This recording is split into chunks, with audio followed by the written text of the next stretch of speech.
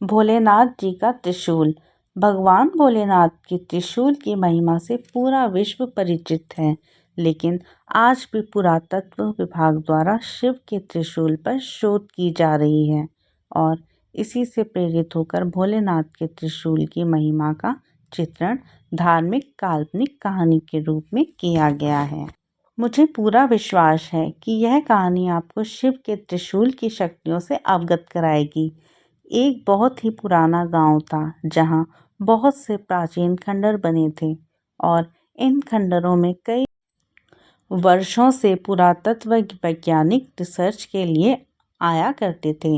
वैज्ञानिकों को इस गांव से हिंदू संस्कृति से जुड़ी कई प्राचीन वस्तुएं प्राप्त हुई थी, इसलिए यह गांव प्राचीन हिंदू सभ्यताओं की खोज के केंद्र के रूप में जाना जाता था।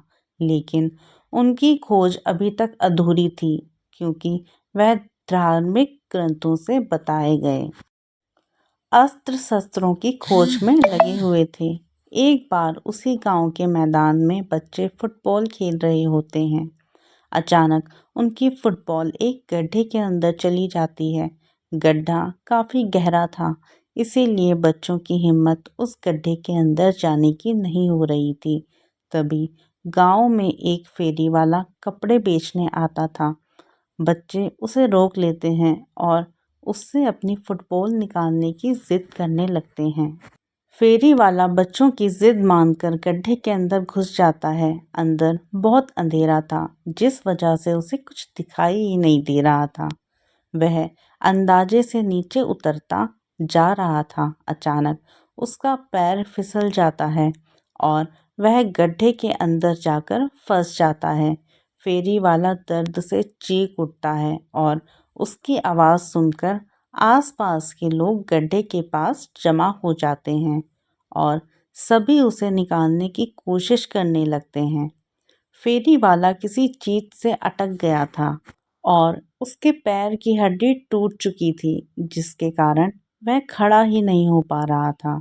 उसे निकालने के लिए सरकारी बचाव दल को बुलाया जाता है।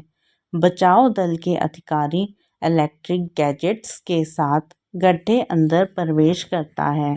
उनके पास तेज रोशनी की टॉर्च होती है, जिससे वह गड्ढे के अंदर सभी चीज़ों को साफ साफ देख पा रहे थे।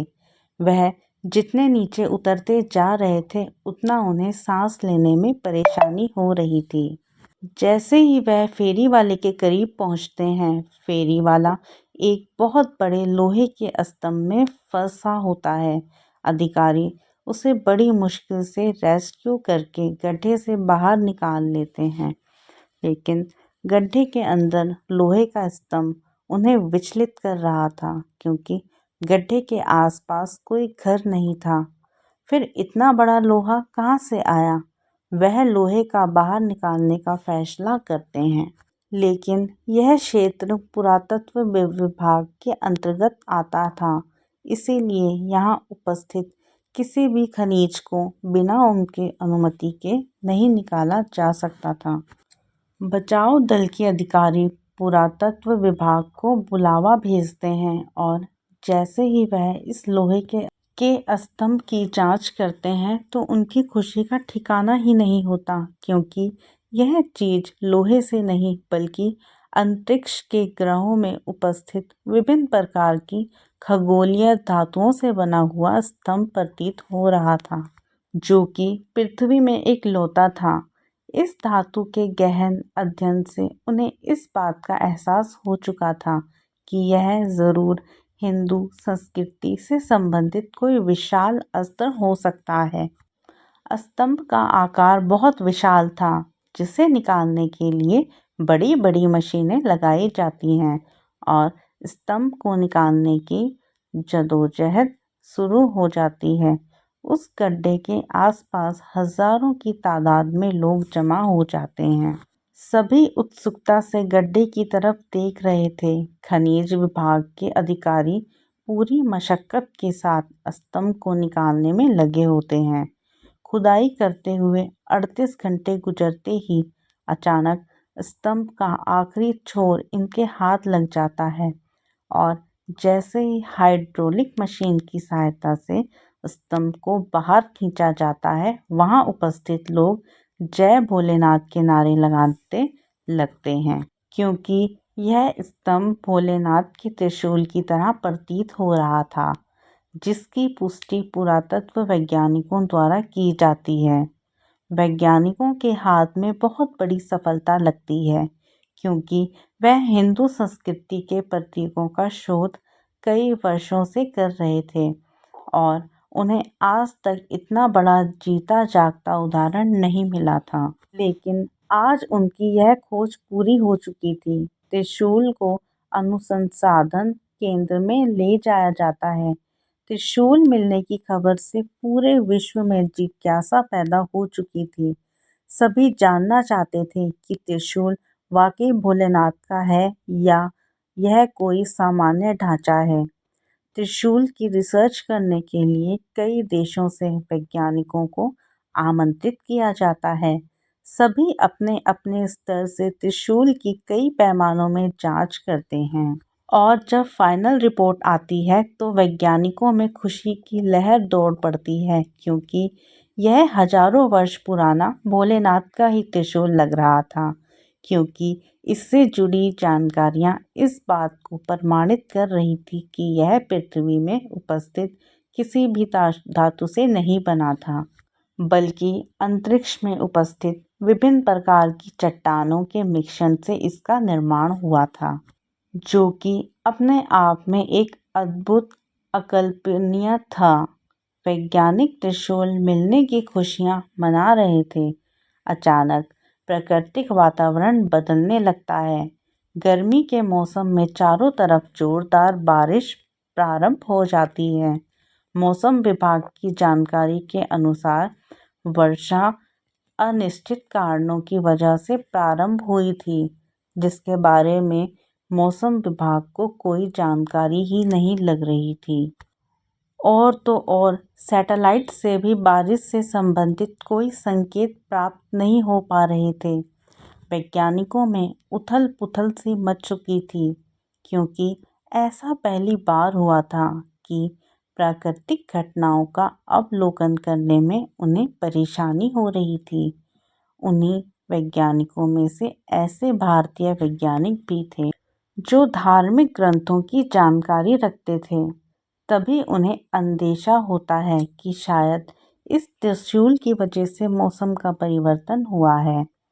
वह सभी से कहते हैं, कहीं ऐसा तो नहीं कि यह त्रिशूल जिस जगह पर उपस्थित था उसी वजह से प्राकृतिक संतुलन बना हुआ था और हमने त्रिशूल को उसकी जगह से हटाकर इस संतुलन को बिगाड़ दिया। भारतीय वैज्ञानिक की वजह से त्रिशूल के बारे में बहुत सी जानकारी इकट्ठा हुई थी, इसीलिए सभी वैज्ञानिक इनकी इस बात को गंभीरता से लेते हैं और त्रिशूल को वापस उसी जगह ले जाने का फैसला करते हैं जहां से वह इसे निकाल कर लाए थे और दोबारा मशीनों की मदद से त्रिशूल को उठाने का प्रयास किया जाता है। लेकिन त्रिशूल का वजन बढ़ चुका था और बड़ी-बड़ी मशीनों से भी त्रिशूल को हिला पाना संभव नहीं हो पा रहा था। वैज्ञानिक बहुत चिंतित हो जाते हैं। उन्हें कुछ समझ में ही नहीं आ रहा था, क्योंकि यह त्रिशूल इन्हीं मशीनों की मदद से लाया गया था और अब यह हिलने का नाम ही नहीं ले रहा था। तभी भारतीय वैज्ञानिक सलाह देते हैं कि त्रिशूल एक शक्ति का प्रतीक है और इसे यहाँ से हटाने के लिए भगवान भोलेनाथ का आह्वान करना होगा। तब शायद भोलेनाथ हमारी पुकार सुनेंगे। शिव पूजा को संपन्न करने के लिए एक पुरोहित बुलाए जाते हैं जो भोलेनाथ की संपूर्ण पूजा विधि का आयोजन करते हैं और इसी दौरान त्रिशूल अपने आप हिलने लगता है। उसे हिलता देख वैज्ञानिक हाइड्रोलिक मशीन से त्रिशूल को उठाने का आदेश देते हैं और अगले ही पल त्रिशूल एक पेड़ के पत्ते की तरह उड़ जाता है। शिव की महिमा देखकर सभी वैज्ञानिक दंग रह जाते हैं। सभी हाथ जोड़ते हुए भोलेनाथ को प्रणाम करते हैं और जैसे ही त्रिशूल को गड्ढे में वापस प्रवेश करवाया जाता है, अचानक बारिश रुक जाती है। वैज्ञानिक अब समझ चुके थे कि हमें भी प्राकृतिक चीज़ों को बिना उनका स्थान परिवर्तन किए ही शोध करना होगा, अन्यथा इस पृथ्वी का अस्तित्व ही नहीं रहेगा। और इसी के साथ शिव के रहस्यमय त्रिशूल का किस्सा खत्म हो जाता है। दोस्तों, अगर आपको ये कहानी अच्छी लगी हो तो प्लीज़ कमेंट में जय भोलेनाथ ज़रूर लिखें और एक लाइक भी कर दें। धन्यवाद।